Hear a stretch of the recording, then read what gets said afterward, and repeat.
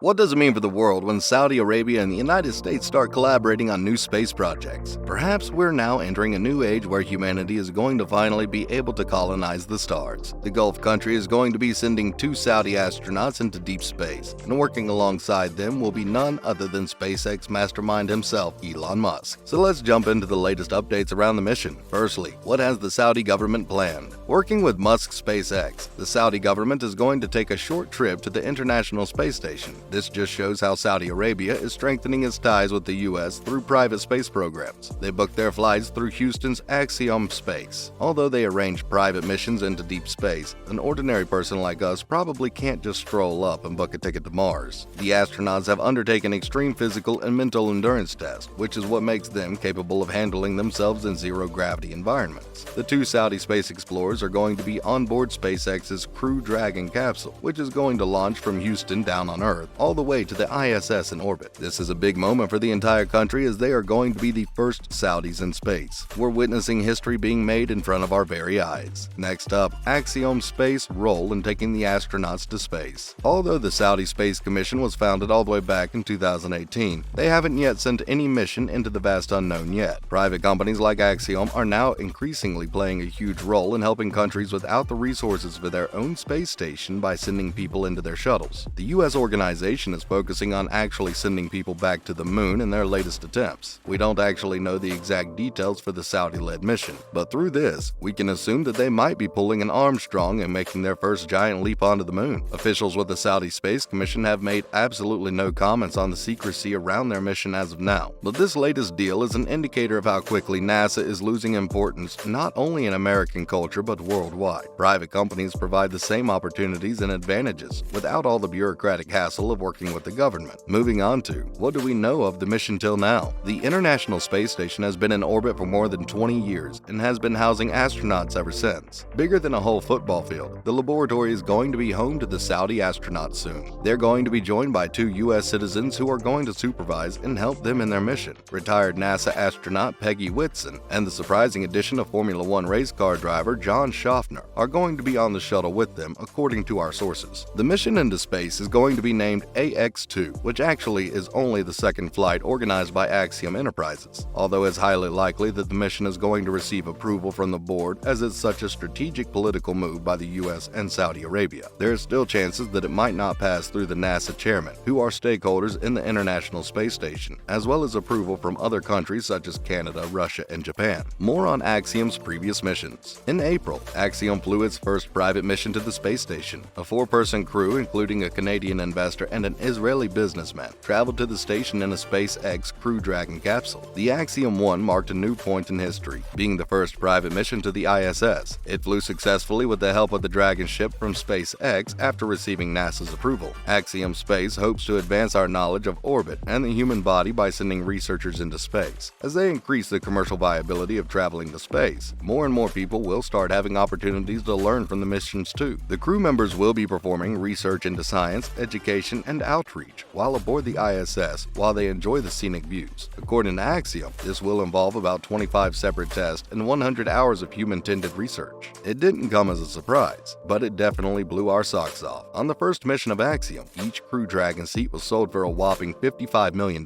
Finally, which other countries are seeking out Axiom commercial tickets? Deals with foreign governments are viewed by Axiom and other space corporations as essential to maintaining a business focused on sending people into space. Private missions are a luxury for affluent thrill seekers and a source of pride and motivation for aspirant space powers like Saudi Arabia. Additionally, Turkey and Axiom have also entered into a contract to land the nation's first astronauts in space sometime around 2023. Finally, there also may be a new route for Canadian astronauts to travel through space. According to a memorandum of understanding negotiated with Axiom Space and made public on Wednesday, September 21st, the Canadian Space Agency may fly equipment and humans aboard SpaceX spacecraft in the not-too-distant future. According to Axiom spokespeople, they want to cover potential trips to both the International Space Station and the company's own planned free-flying station, known as Axiom Station. There is also potential for Canadian astronauts to fly on future Axiom-sponsored missions, they added. Since 1984, more than a dozen Canadians have been in orbit as part of the country's nearly 40-year-old spaceflight program. Nevertheless, due to its small population, the nation depends on other nations for costly launch chances. Canada has benefited from this arrangement greatly because it provides robotics Aeronautics to the International Space Station and other space missions and gets NASA seats on spacecraft as compensation, but Canada's contribution to the ISS is extremely tiny. The nation provides about 2.5% of the partnership budget, which on average enables CSA astronauts to fly into space every 6 to 8 years. In other related news, starting off with Germany looking to make an energy deal with Saudi Arabia. As part of a 2-day Gulf tour, German Chancellor Olaf Scholz began his journey on Saturday in Saudi Arabia in an effort to forge new energy arrangements with the nation that exports fossil fuels to the masses. He entered a meeting with Crown Prince Mohammed bin Salman, who is currently the monarch of Saudi Arabia, before traveling to the United Arab Emirates on Saturday evening and then Qatar on Sunday. He also plans to see a group of Saudi women. With the loss of supplies from Russia following its invasion of Ukraine, the Chancellor intends to reach new energy agreements with the oil and gas-rich Gulf states. The war has everyone looking for new partnerships, and Saudi Arabia seems to be taking full advantage of it. Next up, SpaceX's Starlink internet connections. SpaceX's Starlink internet service was hyped up by Elon Musk as being the next generation of the internet in 2020, and it made headlines every single day because of its insanely fast speeds. But now it seems as if Musk is finally coming back down to earth, as reports have shown that the net is getting slower by the minute as more and more people subscribe to it. Starlink subscribers in the US and Canada have seen a sharp drop in download speeds, according to a report spotted by PC Gamer. This is likely due to congestion caused by the growing number of users of the service. According to an Ookla assessment based on data from speedtest.net, Starlink speeds fell in every country tested over the past year as more consumers join up for the service. In the US, Canada, the UK, France, Germany, and New Zealand, median download speeds decreased by 54% in just a year. That's not completely terrible, but it raises awareness around the service, which shows that Elon Musk is definitely trying to be too ambitious. Finishing off with, Elon Musk enables Starlink internet in Iran. Elon Musk, the CEO of SpaceX, has been given permission by the US government to start Starlink, a satellite internet service, in support of Iranians who are protesting the murder of a lady while in police custody. Social media use and some type of information are highly regulated in Iran. Large-scale internet outages were reported on Saturday, and one of the major mobile phone companies was affected, leaving millions of Iranians without access to phones or the internet. Mahsa Amini was a 22-year-old woman who died after being detained by morality police who questioned her choice of head covering. There were deadly protests across Iran in retaliation. Countless outraged protesters have been detained as masses have flooded Iran's major cities for 8 consecutive nights. State television reported that 35 individuals have perished in recent unrest, including at least 5 security personnel. That's a wrap for this video, and thanks for watching. What did you think of Saudi Arabia's plan to send astronauts into space with the help of Elon Musk's SpaceX? Make sure to give this video a thumbs up and subscribe to our channel for more videos like this. See you in the next one.